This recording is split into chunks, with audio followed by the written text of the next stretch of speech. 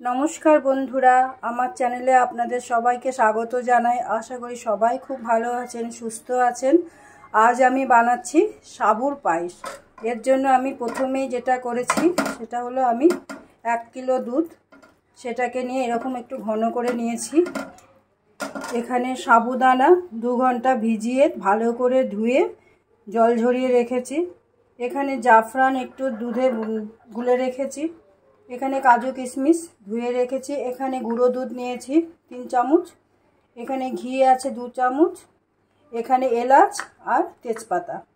आमी प्रथमेই যেটা করব সেটা হলো কড়াই গরম করেছি। কড়াইয়ে একটু ঘি দেব কড়াইয়ে। এবারে আমি সাবুটা ভেজে নেব।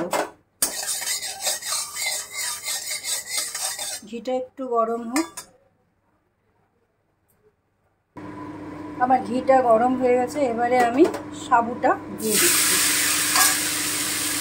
সাবুটা ভেজে নিলে কি হবে, আমি যখন এটা দুধে দেব কোনো দলা পাকিয়ে যাবে না।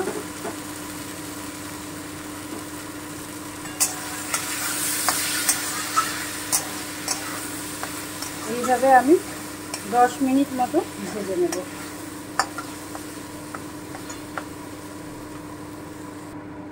आँचटा आमी एकदम कमिए देव, बाड़िए देव ना। एखाने आमी पैकेटेर दूध निয়েছি। आपनारा चाइले खाटी गरु दूधও নিতে পারেন, কিন্তু একটু ঘন করে নেবেন। এবারে আমি এখানে 1 কাপ চিনি গুঁড়ো করে নিলাম। গুঁড়ো করে নিলে তাড়াতাড়ি গলে যাবে। এবারে আমি দুধটা বসিয়ে দেব। এই যে আমি সাবুটা ভেজে নিয়েছি, এবারে এটাকে ঠান্ডা করে নেব একটু। और एदिके दूधटा बसिए दिलाम।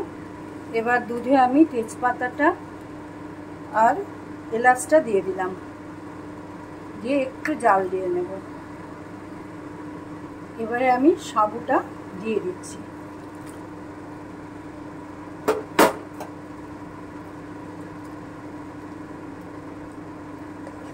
खूब भालो करे नाड़ते होबे। एबार এটা আপনারা নিরামিষের দিনে বা উপোস করে খেতে পারেন। সব সময় তো সাবু মাখা খেতে ভালো লাগে না, এক এক সময় এটা করেও খেতে পারেন, এই পায়েসটা করেও খেতে পারেন, খুব সুস্বাদু হয় খেতে। আঁচটা মিডিয়ামেই রাখবো, বেশি বাড়িয়ে দেব না। দেখুন কোনো গোটা নেই, কিন্তু এটা ভেজে নিলেই আর এটা দলা পাকিয়ে যাবে না। দলা নেই, একাত্তা আছে, আমি ঠিক করে নেব হাতা দিয়ে।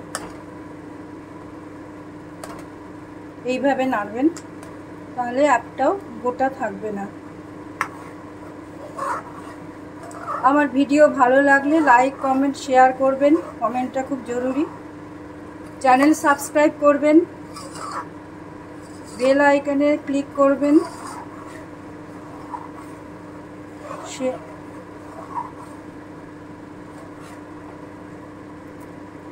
এই পর্যায়ে আমি গুঁড়ো দুধটা দিয়ে দিচ্ছি। এতে ঘনত্বটা বাড়বে।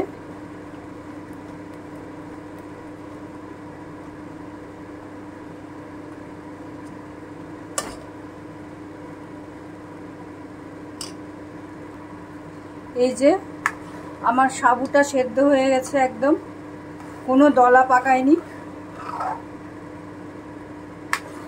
আপনারা অবশ্যই করে খেয়ে দেখবেন এটা। আমরা তো কাউনের চালের পায়েস খাই, ডালিয়ার পায়েস খাই, এবার একটু না হয় সাবুর পায়েসও খেয়ে দেখি কেমন হয়। এবারে আমি চিনিটা দিয়ে দিচ্ছি। চিনিটা গুঁড়ো করে রেখেছিলাম যাতে তাড়াতাড়ি গুলে যাবে, সময় লাগবে না বেশি। এটা উপোসের দিনের জন্য খুব ভালো।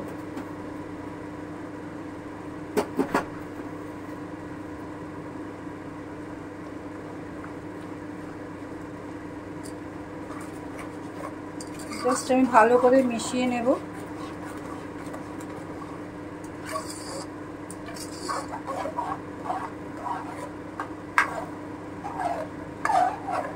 চিনিটা কিন্তু সব সময় আগে দেখে নেবেন সাবুটা সেদ্ধ হয়েছে কিনা, তারপরেই দেবেন, কারণ চিনি দিয়ে দিলে কিন্তু আর সাবুটা সেদ্ধ হবে না। এবারে আমি একটু এটা নামিয়ে রাখছি। আবারও একটা কড়াই বসালাম, এখানে আমি বাকি ঘিটা দিয়ে দিলাম। এই ঘিতে আমি কাজু আর কিশমিশটা হালকা করে একটু ভেজে নিচ্ছি।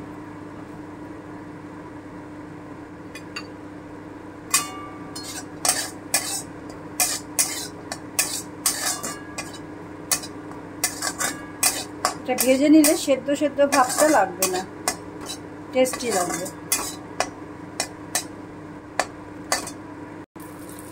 পায়েসে একটু লবণ দিলে ভালো লাগে, কিন্তু আমি দেবো না, যেহেতু এটা আমি উপোসের দিনে খাবো।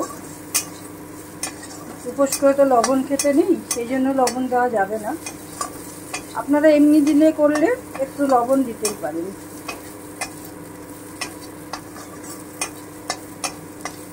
দেখুন এটা ঘি দিয়ে ভাজার সঙ্গে সঙ্গে কিশমিশগুলো ফুলে গেল। এবার আমি এটাকে নামিয়ে নিচ্ছি। আমি পায়েসের কড়াইটা আবারও বসিয়ে দিলাম। আমার রান্না কমপ্লিট। এবারে আমি আগে একটুখানি ঘি দিয়ে দিচ্ছি এতে।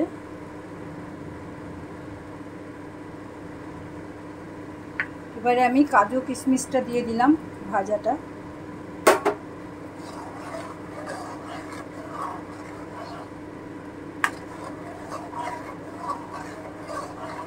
এবারে আমি জাফরান গুলে রেখেছিলাম দুধটা, সেইটা দিয়ে দিলাম জাস্ট একটু কালারের জন্য।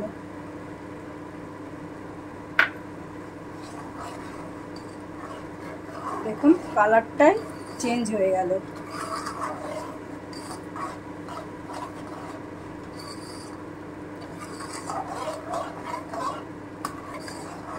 পায়েস কিন্তু সবসময় ঠান্ডা করে খেতে হয়, গরম পায়েস খেতে হয় না।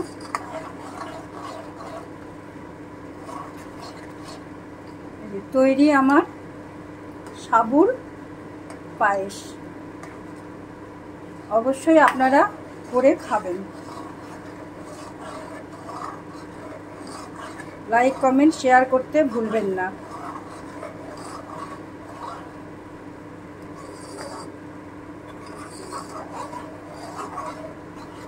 আমি গ্যাসটা অফ করে দিলাম।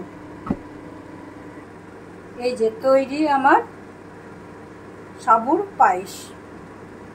অবশ্যই করে খাবেন। Thank you for watching my video. সবাই ভালো থাকবেন, সুস্থ থাকবেন।